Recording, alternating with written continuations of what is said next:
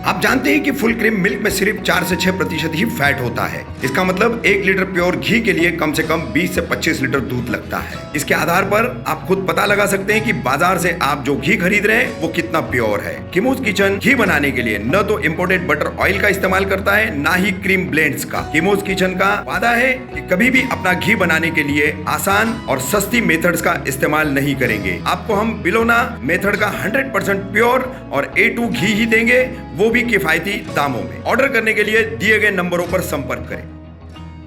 गुलशन कुमार हत्याकांड में मुंबई उच्च न्यायालय का बड़ा फैसला। देखिए कैसे जुड़े हैं मुमरा से गुलशन कुमार हत्याकांड के तार।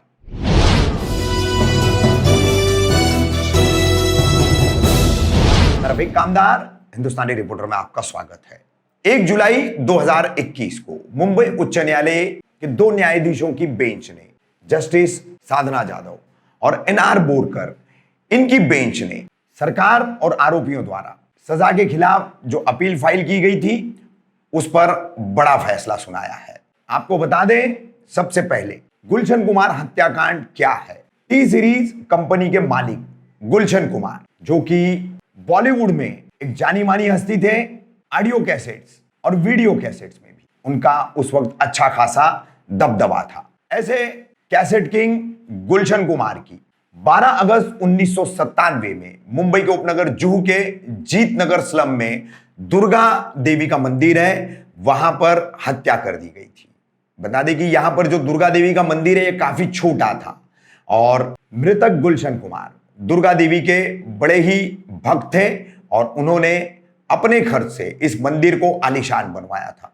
12 अगस्त को जब वो मंदिर से पूजा करके निकले तो घात लगाए बैठे शूटरों ने उन पर एक के बाद एक 16 गोलियां दागी और इस हमले में गुलशन कुमार गंभीर रूप से जख्मी हो गए।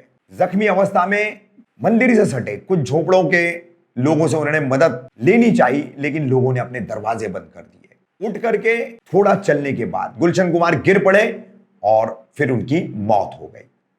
इस पूरे मामले में मुंबई पुलिस की क्राइम ब्रांच ने जांच करते हुए कुल 19 आरोपियों को गिरफ्तार किया था। मुंबई क्राइम ब्रांच की जांच के अनुसार ये पूरा शूट आउट जो है, ये हत्याकांड, ये डी कंपनी यानी अंडरवर्ल्ड डॉन दाऊद इब्राहिम द्वारा किया गया था, उसके हस्तक अबू सलेम द्वारा।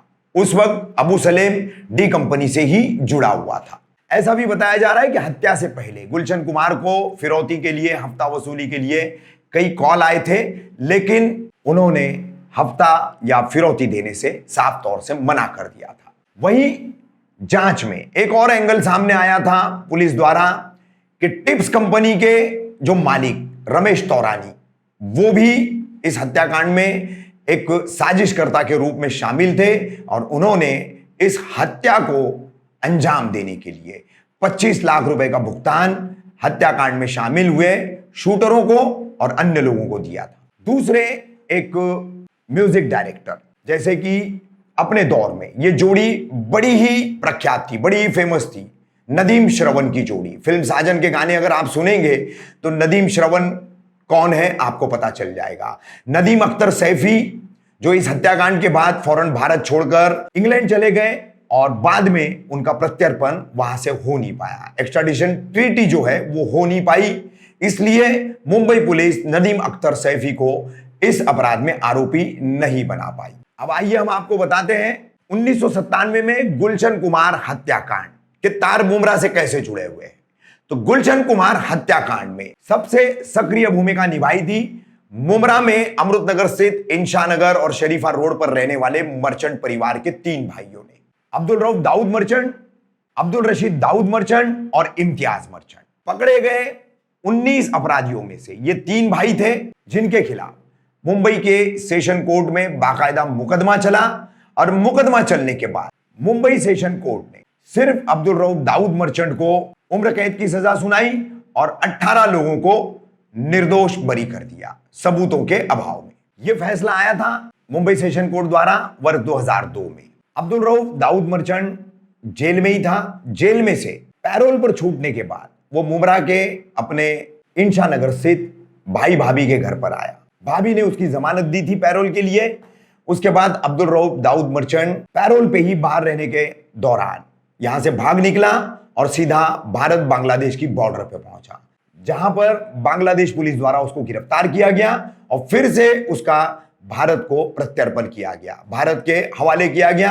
अब अब्दुल रऊफ दाऊद मर्चेंट भारत की ही जेल में है। वहीं अब आपको बता दें 1 जुलाई 2021 को हाई कोर्ट ने, मुंबई उच्च न्यायालय ने जो अपील पर फैसला सुनाया है, उसमें उन्होंने राज्य सरकार की टिप्स कंपनी के मालिक रमेश तौरानी को सजा देने की जो अपील थी, उनके बरी होने के फैसले के खिलाफ सेशन कोर्ट के जो अपील थी उसको खारिज कर दिया।